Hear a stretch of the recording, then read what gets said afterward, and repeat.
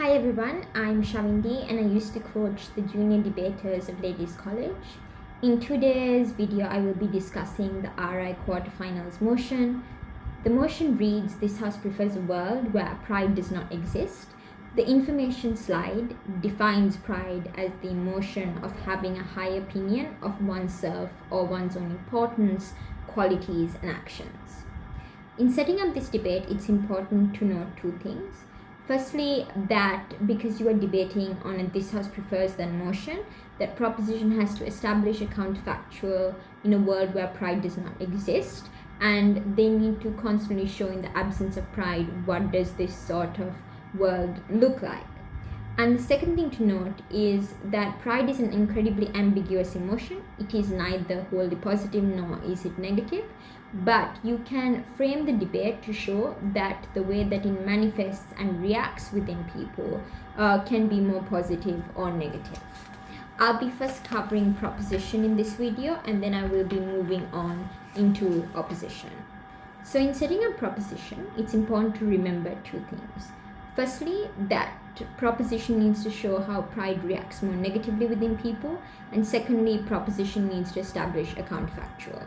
Firstly, with regards to setting up how pride can react more negatively within people, there are two ideas you can utilize. Is that first, that pride acts as an amplifier to negative emotion, and with negative emotion, people tend to feel it on a deeper scale, and therefore they're far more likely to react to it, which means their emotional stability is greatly impacted by it as well.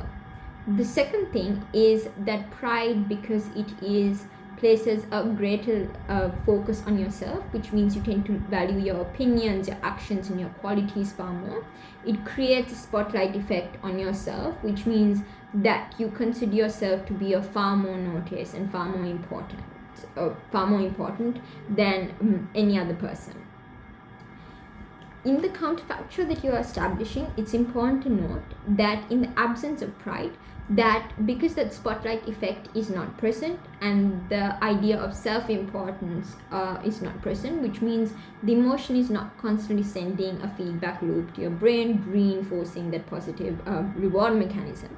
It means that often in social settings, in competitions, in political platforms, in discussions, you are more likely to be open and willing to engage with other people than you would be if pride was present. In proposition needs to prove how pride is detrimental to human relationships and society. So there are broadly three main ideas by which you can prove this. Firstly, being that pride acts as a barrier to discourse and conversation. Because pride places great amount of self-importance on oneself, it is a self-centric emotion, which means you have a constant desire to prove your worth and reinforce this idea, because your emotions positively reward you for this. Once you feel like you are someone who has an immense amount of self-worth, someone who feels like they are the best, which means that often in conversations, in discussions you're having, or even when you are engaging with other people, the moment that you feel like your pride or your self-worth is under attack, you are put in an incredibly uncomfortable situation, which means that you are more likely to either push back against this idea and more likely to engage with the person and see it as a challenge or attack on your own personhood. Or secondly, you're going to feel incredibly uncomfortable that you opt out of that conversation and that social setting. The impact of this is that there is a lack of healthy discourse, because it creates echo chambers within people, because you are less likely to engage in uncomfortable scenarios where you feel like you are being questioned. The second idea is that pride is essentially weaponized and to create toxic social practices toxic social practices.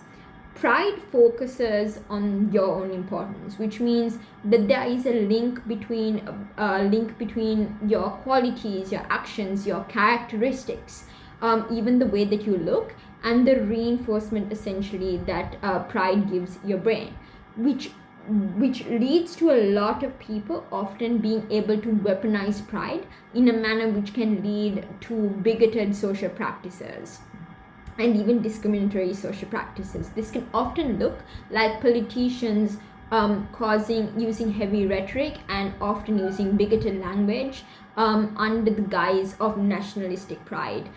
This can often tend to look like people weaponizing race, religion, gender, sex, nationality in order to create bigoted statements, because you find great pride in who you are as a person and your identity, and those links of identity are then used to attack or diminish another person's worth.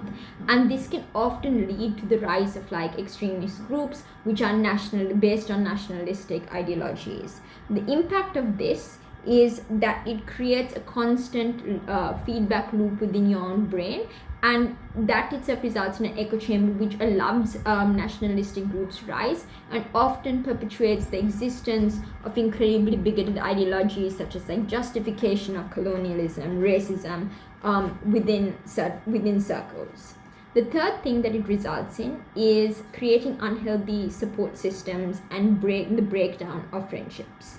It's important to note that with the day-to-day interactions that we have with people such as our friends and our family, and even with the presence of social media, it leads to comparison. Comparison often can breed negative emotions such as envy and anger and fear, and even inferiority. But the issue with this is that because pride tends to seep in and amplify these emotions, these negative emotions are tied back to who you are as a person. So the abundance of opportunities and relationships in another person's life is seen as a lack of abundance within yours, and there are automatic links that conclusions that people tend to leap to is that it affects your self-worth.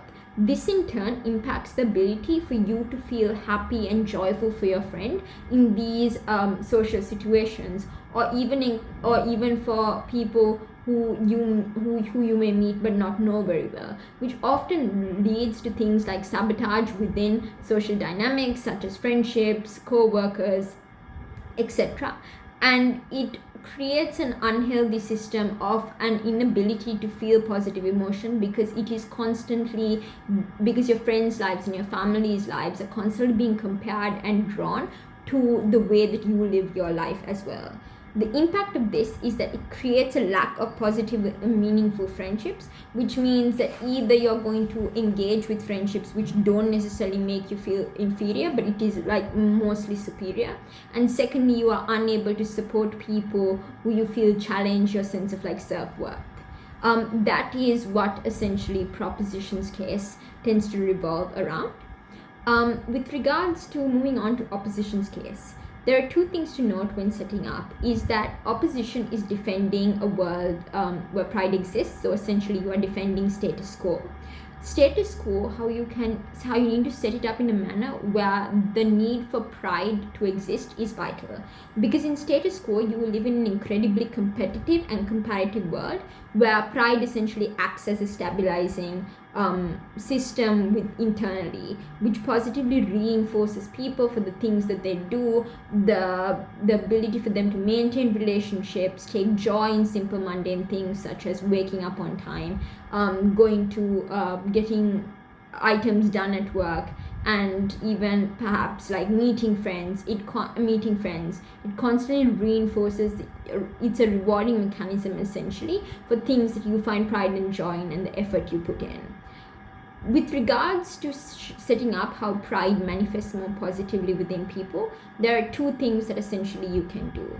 Firstly, that you can show how pride is an emotion because it is tied to your own sense of importance, and because you are not working in isolation, you often tend to work with other people, and because human beings are social animals itself, that because we interact with people so often, relationships we have to other people often also tend to tie to our own sense of like self-worth, which also means that their happiness often amplifies our own sense of like happiness as well, because this is a relationship which we find great deal of importance in, and because of that we take pride in it as well, and pride therefore amplifies these positive emotions as well.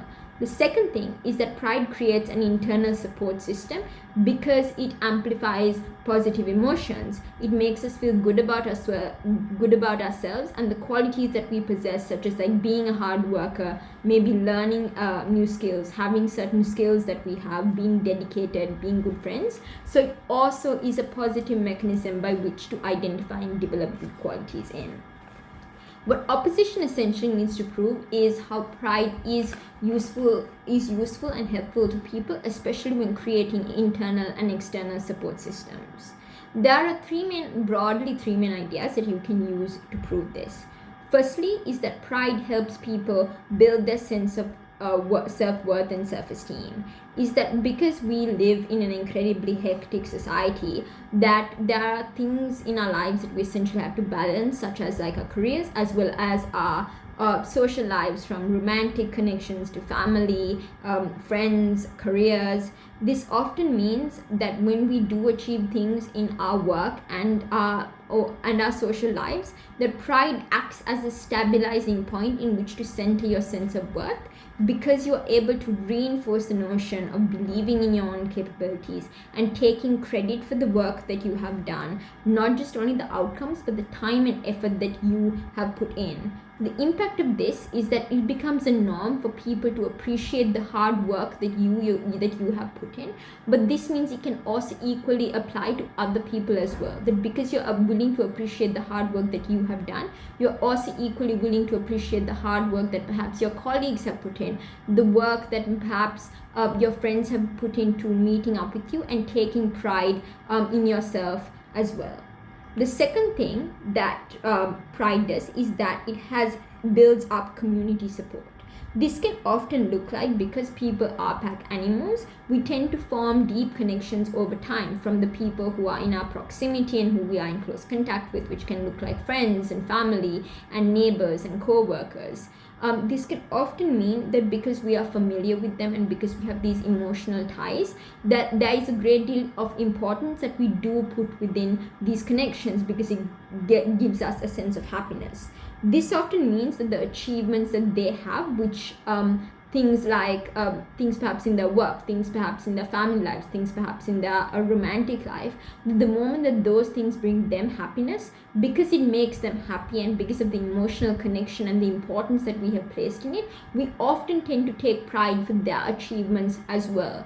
And this is the role that other positive emotions take place, because pride does not work as an isolated emotion. It works along other emotions, such as being selflessness, empathizing with other people. This means that you still can utilize the emotion of pride with regards to other people, because it is not a singular emotion by which you have been raised with. The impact of this is not just supporting friends, like by turning up for them, turning up to support them at events, but also like emotionally by sending them messages and words of affirmation. But also we are taught an important lesson in how to feel pride and admiration for the things that essentially other people have done and achieved within their lives as well, which means it encourages things like selflessness, because that pride becomes an external source which is outside of our own self. The third thing that pride you can use to say that pride positively builds up people is this idea of building up minority communities. Is because minorities often their identity is linked, the identity and their community are closely interlinked. Pride has taught them to take immense pride from where they come from and how they've grown up. This can often look like taking pride in their culture, their community, their language, their food. And because they place a great deal of importance within these things, it means that communities and individuals are linked greatly linked as well, which means the upliftment of an individual could lead to the upliftment of communities, and the upliftment of the communities itself means that individuals develop and get positive reinforcement as well. This can often look like within political platforms, because individuals take pride within their communities, take campaigning for their communities and admiring from where they come from. This can often mean in competitive sports, representation for minorities and taking pride from where specific competitive figures come from as well. The impact of this is twofold, is that one, communities push back if they are discriminated against or they feel like they're being harassed, because they are willing to take pride from who they are and not backing down.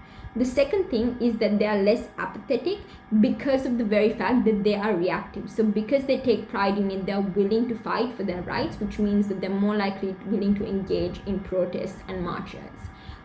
This is generally the overall case for opposition. Thank you so much for listening in.